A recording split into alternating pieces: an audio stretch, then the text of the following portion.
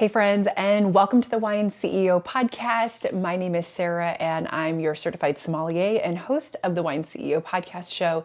And this week, I am so excited. This was an interview that I was really looking forward to. If you have ever wanted a single serve wine, but you struggled with some of the brands that were out there, maybe you weren't crazy about the packaging or the flavor was just not quite what you were looking for, today's episode is for you. I had the great opportunity to sit down with Dana Spaulding, the founder and CEO of Wander and Ivy Wines. And Wander and Ivy is not a wine producer, they are a distributor. And so they purchase wines from amazing winemakers all around the globe, and then they package them into these beautiful single serve bottles that are luxurious, sexy, if I might add, and really an incredible experience for the consumer. One of the things that I love about Dana's story is that she did not come from the wine industry. She actually came from the finance world. You're going to hear more about that in a second from her. But she was really trying to solve a problem that she personally had and that she knew many of her friends and family had. And so she went out looking for a solution, and she went against a lot of odds and broke down some, we'll call them stereotypes in the wine industry. And she created this incredible product. I love her transparency in labeling, which is something that I hear so many of you talking about and so many in the industry craving for right now. Not only does she talk about where the varieties are coming from, but she actually gives you nutritional label information, which is not required in the United States under our labeling. It's in fact not required in most countries around the world. So you can see the number of calories going in the serving, the sugars, the carbohydrates. So there's a lot of transparency. She also is sourcing organic and sustainable wines only. So you know that these are cleaner options than what could be out on the shelf in a lot of stores. So I'm a huge fan. I have to say, you can tell that these bottles are all empty because as much as I wanted to save some and then taste them on the episode with Dana, I ended up drinking them because they were truly so impressive. And I have to admit, as a certified sommelier, I have struggled to find some single serve wines that I was really excited about. And there's a lot of other options out there as far as ways that you can preserve a larger bottle of wine. And I've talked about some of those on the show before, but sometimes you're just looking for a really portable or quick option. And especially on a Tuesday evening when you don't want to open up a whole bottle of wine and have some of it go to waste, this is a game changer. So let me stop talking and jump into the interview because I really think you're going to absolutely fall in love with Dana as well as her product. So let's jump into my interview with Dana Spaulding from Wander and Ivy.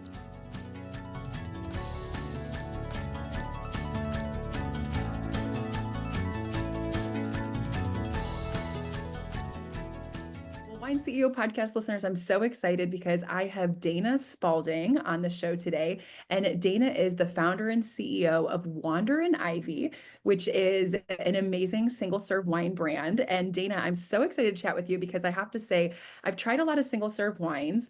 Some of them I've liked more than others. And so when I received yours to try, I wasn't sure what to expect. And I absolutely fell in love with your wines. Love the branding, the packaging, and the wines. They just taste phenomenal. So really excited to have a chance to sit down and talk to you more about Wander and Ivy. So welcome to the show. Oh, well, thank you so much for having me and for sharing that. That's wonderful feedback. Yes, of course. Now, I would love, maybe you can start off just giving the listeners a little bit of a background, Mhm. your interest in wine, where Wander and Ivy got started, what made you start this brand. Give us kind of that intro to your story. I'd love to. So I actually spent my career prior to founding Wander and Ivy within finance. I was at JP Morgan and I started my career in New York City. I'm originally from the East Coast, went to school in New York, and went into finance right out of college and spent time at JP Morgan in their New York City headquarters, and then had the great opportunity to get promoted and shift out to their Rocky Mountain region. So I was based in Denver, and what I loved about that was I had the opportunity to cover food and beverage entrepreneurs in the space. And so my job was to manage wealth for very successful entrepreneurs who were building these really cool, innovative companies. And then they would go through a transaction, exit the business, and we would manage their wealth for them. And I just absolutely loved it. I felt like it was such an honor to get to know these entrepreneurs. And it was through their journey of that life cycle, because really my role, it was important to get to know the entrepreneur early on to build the trust and relationship with them. So I saw a lot of that and I was really inspired by what they were doing. And I actually met my husband in finance as well. And so he and I were like the stereotypical couple who was like always throwing out ideas, like these crazy ideas, like what businesses we're going to start. I remember like on our honeymoon, we were even like throwing out these crazy ideas. And shortly after we got married and we went on our honeymoon, my husband, it was a long day, and I came home and something really great had happened at the office that day, and I wanted to celebrate. So I came home and was really proud of myself for making this great big dinner. And I went to get a bottle of wine, a traditional bottle of wine. And my husband leaned over to me and said, "Are you really going to waste another bottle of wine?" And he said it in quite a snarky way. And I love him. He is our greatest supporter. However, in the moment, I was really annoyed and really frustrated because of the way he said it, but also because I knew he was right, that I was pretty often reaching for a full bottle. I'd have a glass, especially early in the week, Monday, Tuesday, and then I'd find myself throwing away a portion of the wine bottle that's spoiled. And he's a whiskey drinker. And so he would have his glass of whiskey, I would have my glass of wine. And he said, "We really should probably do something different." And so initially, it was really a personal shopping experience where I went to the market and started exploring what you've probably experienced as well, Sarah, where it was all the variety of the single serve and alternative packaging space. And so I bought the cans and the bags and the boxes. And interestingly, I got them, I put them in my fridge, which couldn't have been more convenient. They were literally sitting in my fridge. And then I further annoyed my husband because he had said, are you ever going to drink these?" And for me, it was eye-opening from a business perspective at that point, because I thought these couldn't be more convenient. But from a packaging standpoint, I'm finding that I want something that feels more like a luxury, of a treat at the end of a long day. And what had existed and what I reached for on the shelf wasn't hitting that luxurious feel for me. And then I thought, okay, well, let's taste them. Will it be a luxurious taste? And what I found was primarily they were wines that did not taste that great. They were lower quality. So I found the packaging and the wine inside to be not the quality that I was looking for. And then when digging even further, felt like, hey, I'm trying so hard to eat clean, organic, transparent ingredients. I realized there wasn't even, as you know so well, I'm sure, that there's no even ingredient regulations on any of that. And so it was really interesting to me, the lack of quality in wine, in packaging, and ingredients from an organic, clean standpoint. And so I found at that point a huge gap in the market. And I always felt like if I was going to leave my pretty steady, secure gig in finance, it needed to be for something that was an enormous gap in the market that I could fill. And so that was when I decided to build out the business plan and really create something that I was looking for. I felt like a whole group of people were looking for, but didn't exist. So created Wander and Ivy to be the premium and organic single serve wine brand. I love it. And truly, you hit on so many important points that I think I've heard from many of my listeners and even just friends and family over the years, which is, I don't want to open up a whole bottle of wine, have it go to waste. And maybe that means that sometimes you end up pouring it out, or sometimes you end up over consuming because Right. you don't want it to go to waste. And Right. then you feel guilty, or you're not Yep. happy with yourself the next day. But then you want to reach for these single serve options. And to your point, maybe they're in a can, so they feel a little more casual, like a Saturday afternoon thing, but not a Friday night. I had a great day at work and I want to celebrate. Or you just want a more luxurious experience, right? And one of the things that I quickly realized when I was opening up the box for your product is how beautiful the bottles and the labels are. I mean, a glass bottle that mirrors that glass experience when you have a standard bottle of wine, beautiful labeling, very modern, very sexy. It immediately screams luxury. And then to your next point, to have the wine in the bottle to be something that is mindfully produced, right? I'm hearing from so many people now, whether it's Gen Z or just Right. wine consumers in general, we're all more aware of what we're putting in our bodies. It is the ingredients, it's how is the wine cultivated, how are the grapes being cultivated, right? So from start to finish, there's just more awareness from consumers around Yeah. what's going in our wine, right? And I love that you focus on brands that are organic, sustainable, and clean, right? We all want wine that is not being made with lots of additives and chemicals that we're Right. not aware of what we're putting in our body. So I absolutely love it. So you also work specifically with family-owned winemakers, right? And Mhm. we talked about this organic, grape aspect. So how have you selected the specific wineries that you partner with? Because just to clarify for the listeners, so you purchase wines from winemakers. You're not making any wine, but what you've done is you've sourced some excellent wines from multiple producers around the world. And then obviously you have them in your packaging and bottling that you go ahead and distribute to your consumer base. So how have you found the wineries that you're working with? Yeah, that's exactly right. And it's been a process that's evolved, but I kind of love where it started, which was truly just me stepping into the world from finance to wine, not knowing that even anything like a broker. Didn't even know what that was in terms of and for those listening, just an intermediary to kind of help you source that. Instead, I built out a universe of like this database of potential suppliers that checked the boxes that I wanted to hit in terms of quality, which you touched on, I think most of them, when it was award-winning, internationally renowned, family-owned, certified organic, and recognized by the USDA, which I learned is quite different. Organic has different meanings around the world, and we're interestingly one of the strictest. And so for example, if I learned when going through ingredient lists, it was so important because sometimes they included specific ingredients that the United States does not allow to be labeled as organic. And so had to check that box and really check a box from a pricing perspective as well, because there can be, as you know, such a range of what that looks like. So I was looking for a particular price point that would ultimately get our wines to launch on the shelf all in a consistent price point, such that a consumer felt like they knew the quality. Like, okay, I understand that what the quality of a Wander and Ivy Shard is, and that'll be consistent across the Cab, Pinot, et cetera. And so I built this database and really just started outreach to the suppliers. And it really was me building the relationships with potential suppliers. And it was tasting.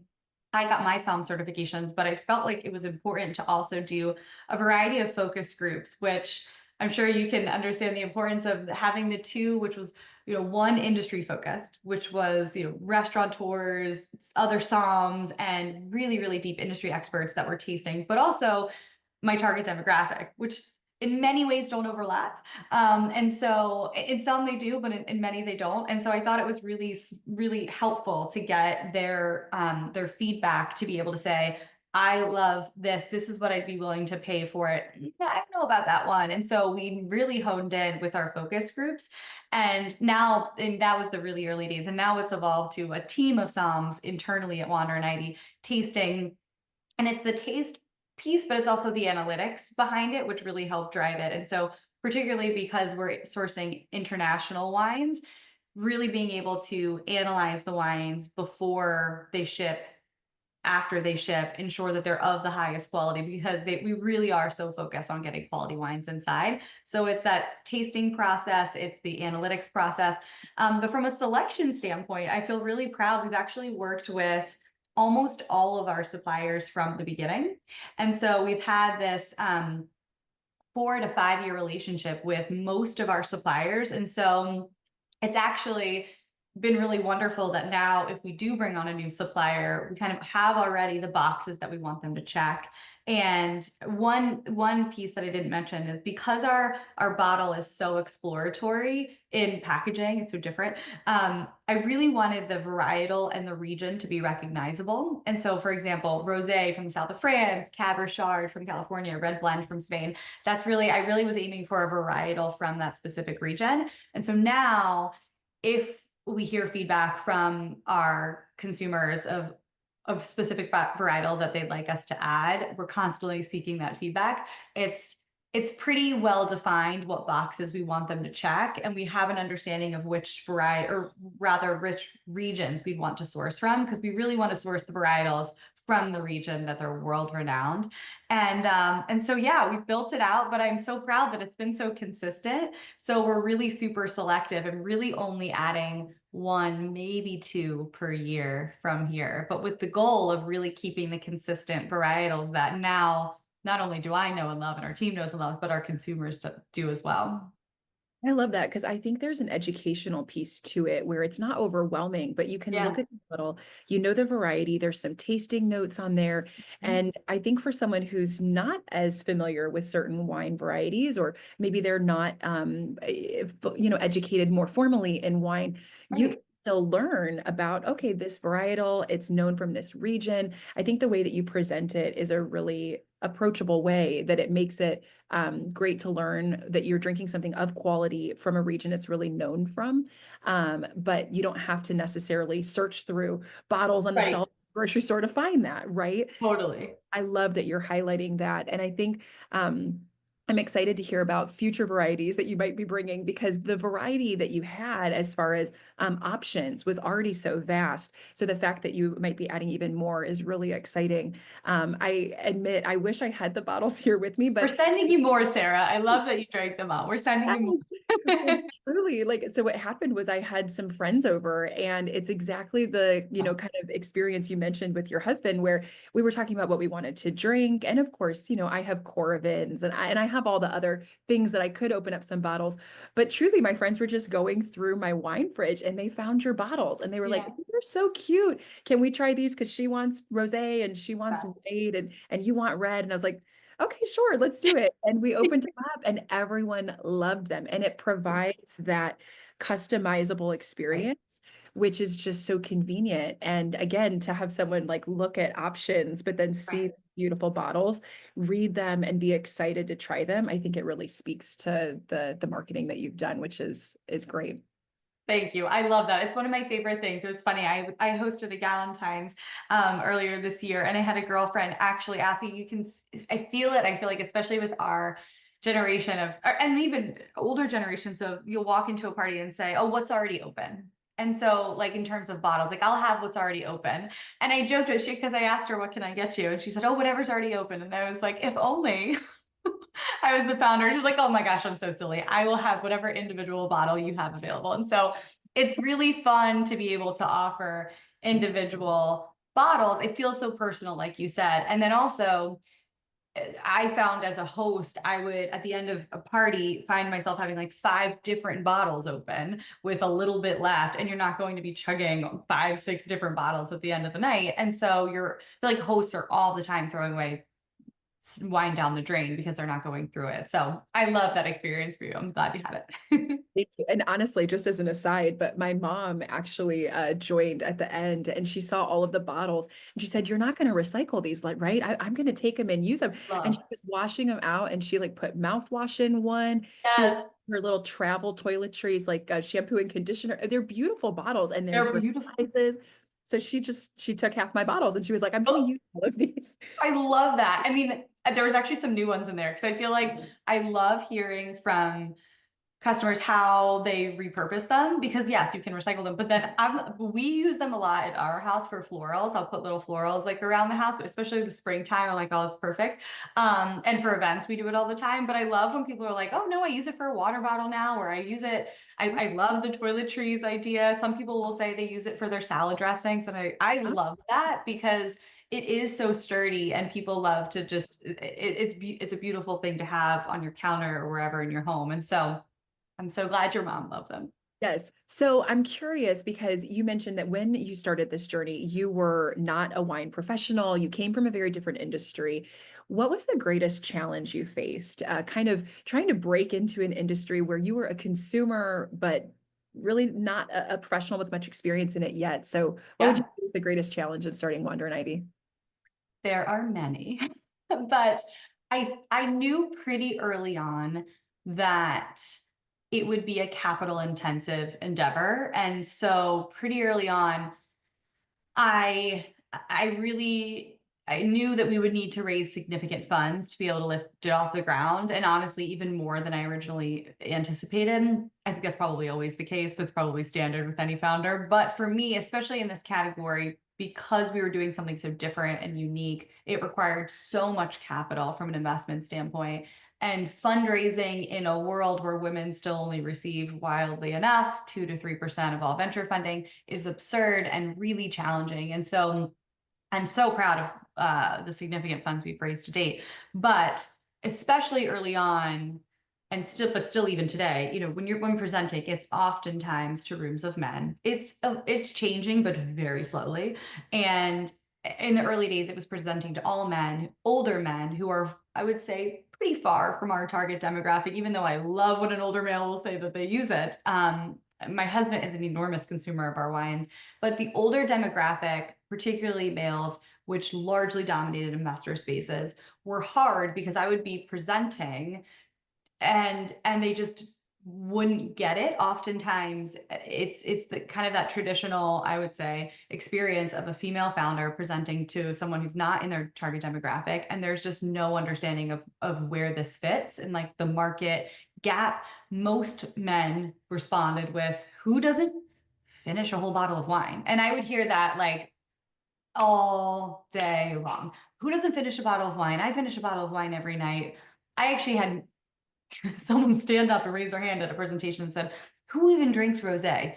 And so that was to me such a sign. It was, that one in particular was so silly because of the actual data behind it. But it was for me highlighting how they were thinking about the rosé that they grew up with 20, 30, 40 years ago, which is super sweet. No one drinks it anymore, like truly no one. So that was really challenging, and I had to learn how to earn investment from a group that wasn't our target demographic, and needed it to scale pretty quickly because fortunately, on the other hand of the spectrum, when I was presenting to buyers or my target demographic, it wasn't just they got it, they were like obsessed with it. So I saw so much market opportunity, but I realized that I needed to convince a core group of people that didn't fall in that to believe in me. And I'm very, very proud of that. But it's definitely something that has been quite challenging over the years. I can imagine. And I'm sure not just unique to this particular project for women setting up businesses right Absolutely. everywhere. Yeah. But I love that obviously you didn't let it slow you down. I'm curious from the production side of things. So, do you send your bottles to the winemakers and then they put their wine in the bottle and ship it to you? Are you receiving vats of wine and you have a production facility somewhere? How does that aspect work? Production, I would say, is a close second to biggest challenge because no, we are not shipping our wines anywhere for anyone else to bottle. We bottle in a production facility in Napa, California, and the reason is because there was really no one for the most part has the capability to bottle in this very unique bottle. And interestingly, one of the biggest challenges early on was also when I sought out production partners. We, for many years, worked with a partner in Napa to modify their lines, which really just meant add change parts to traditional lines, bottling lines. But what I found was an enormous lack of interest and capability to do anything outside of the traditional 750 milliliter bottle. And most people not only said they weren't interested in partnering, but there's absolutely no way that you can get quality wine inside that package because it would be so hard. And so I'm proud that I will say there were many times where I was like, man, maybe they're right. But ultimately it fueled me when I really, took the time to reflect on all the feedback. It fueled me to say, like, we are on to something. We got to just figure out how to do it. And so the production process for many years was finding the partner that would modify the bottling line and finding the right winemaker to partner with us, like locally in California. And so our process is, as a licensed importer, we ship internationally to our facility in bulk. So everything comes to us in stainless steel containers, and then or other varieties of containers internationally. And we ship that to Napa. We then bottle, label, and package. Last year, we launched, which was a 2 to 3 year investment and a multi-million-dollar investment into custom Wander Ivy bottling line. So for the very first time, we had, starting mid last year, our own mobile bottling line that still sits in the facility in Napa, California, but it is custom made for us. So there's no like change parts or modifications, which I'm so glad and proud that we got there. Huh. However, once we really started hearing from many of our retail partners across the country, like, when can you go national? Can you go national? When can you go national? I mean, trust me, I would have figured it out, but I really wanted to make sure that when we did it, we could scale in an efficient, sustainable, profitable way. And we weren't set up for that. And so we made this long term, from year perspective and capital perspective, made this huge investment and launched it last year. So now we have our own bottling line that really enables us to scale exponentially, which is amazing. That's incredible. Congratulations. Thank And you. when did you start Wander and Ivy? I left. It's funny. I was just telling someone on my team, my CMO, she'll laugh when listening to this. She's an enormous Irish gal, so she loves St. Patrick's Day, and I'm not Irish, so it never meant anything to me. What it means for me is Resignation Day, because that's the day that I resigned, which was like a really big deal. I was at JP Morgan for almost a decade, and I really loved it, but I just felt such a desire to build something on my own, and this felt like the brand to build. But it was a really big monumental day for me, so I left on St. Patrick's Day in the spring of 2017, and then took about a year and a half to raise the funds to launch our first bottling run. And so we had our first bottling run in the fall of 2018 and launched in our first market. I will tell you, everything gets delayed in every startup, but launching a wine in Q4 is not ideal, but we did it. And it was really very targeted. At that time, I just recently moved from Colorado back to the East Coast where I'm from. But I was in Colorado, and the plan and what we executed was a launch in wholesale in one state. Make sure, like, total proof of concept. Like, will people buy it? Like, can we produce it? Will people buy it? At what price point? And fortunately, it was really successful. But that was a really limited launch in the winter of 2018, and then we scaled from there. Amazing. So it's been 8 years, almost 8 years or I know, so. it's wild. So 26, yeah, yeah, almost. We're coming up to when I founded the business. Launching, it's been less in market, but yeah, since I kind of left my day job and went all in, it's been about 8 years. That's incredible. What a journey. Well, there have to be a lot of exciting things coming up this year and in the near future. So, is there anything you can give us a sneak peek on that you're planning for maybe this year or in the near future for Wander and Ivy?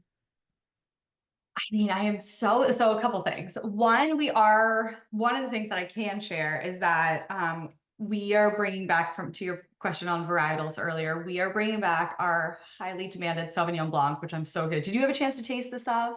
I don't think I got I that one think we actually. were sold out when we shipped to your sample, Sarah. And that was so loved. We've sold out and got it as quickly as we could. That's an internationally sourced wine from France, which is so delicious. I actually think this vintage is even better than the last. And so that's coming to market late spring, early summer. And so that's something I'm just so excited about. We have so many consumers, we have a direct to consumer side of the business as well as wholesale. So in stores and on shelves, as well as shipped to your door. And it was just so widely loved. So I'm really excited about that. And then, we, two other things. We currently have distribution in 28 states on the shelf, and we ship direct to your door in 38 states. We have many new states in the works right now, which I'm really excited that'll be announced soon, largely on the East Coast, which is incredibly exciting. Whenever we open new doors in new states and just allow consumers especially who are shipping it to their door and paying for shipping, who would, I think, gladly walk to their store, across the street to get it. That's so exciting for me. And then I think this is the first time that we have so many, and when I say dream partners, I mean like dream partners in the works. There are 4 or 5 that are in the works right now. These I can't say because they're not yet finalized. But my husband actually said last night, like, when you win that, we're all just going to cry. Like, my parents, my sisters, my husband, like that kind of like big dream on my vision board right here stuff. And there's so many of those like in active discussions in final stages where it feels very real. And when we land even one of those, it will be like an absolute dream. All of this journey has been such a dream, but like in terms of partners that we will be like in their locations, on their shelves, we're found in many major retailers, but there's a couple where we're not.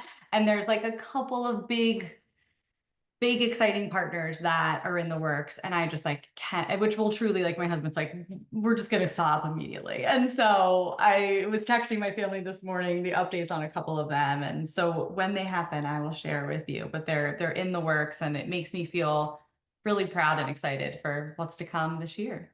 That's incredible. Well, I did an episode a few weeks ago about the trends in 2025 and how everyone is looking for ready to drink, smaller Yeah. packaged items. And so you are way ahead of the curve, Dana. You really are the Thanks. trendsetter here, creating this demand. So I'm so excited to follow along, hear about these amazing partnerships you are going to land in the next couple of months, and also hear about the new great ways you'll expand Wander and Ivy. I'll be sure to link the website for all of the listeners today so that they can check out how they can buy and ship to their door, some of Awesome. the stores that you're already in, as well as following along on social and getting to watch your journey, because I'm so excited for the amazing things that you are doing and will continue to do with Wander and Ivy. So congrats, and thanks again so much for joining me on the show today.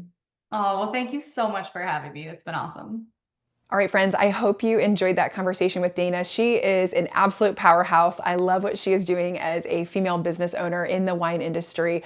I'm excited about the new things that she's bringing to Wander and Ivy in the coming months, and I'm going to be following along, and I hope you do as well, because I think there are some really exciting things coming in this space for ready to drink small portion wines. And I know it's something that Gen Z and a lot of others are looking for to promote both responsible consumption as well as just being a little more aware and conscious of what we're drinking and how much. So I hope you guys will check out her website, follow along on social media to follow what Wander and Ivy will be doing over the coming months as well. If you enjoyed this episode, don't forget to like and share this episode with a friend. You can hit that subscribe button to make sure that you don't miss any of the exciting upcoming wine content I have for you. If you don't follow along yet, follow me on social media at The Wine CEO, and I will be excited to bring some great travels that are coming up in the coming months here. So you want to make sure you've subscribed, because there's going to be some exciting things that I'm going to be doing as far as traveling around to wine regions and bringing you some exclusive travel content. Last but not least, if you have not signed up for my email newsletter, that is where you hear about new and exciting things coming to The Wine CEO even before it hits live podcast episodes. So head over to my website, The Wine CEO, and make sure you subscribe to my newsletter. I also share some exclusive insights about unique wines and things that you won't find elsewhere. So you definitely want to be a member of the newsletter. Until next episode, friends, I hope you drink something new and delicious, and I will catch you all in the next episode of the Wine CEO podcast.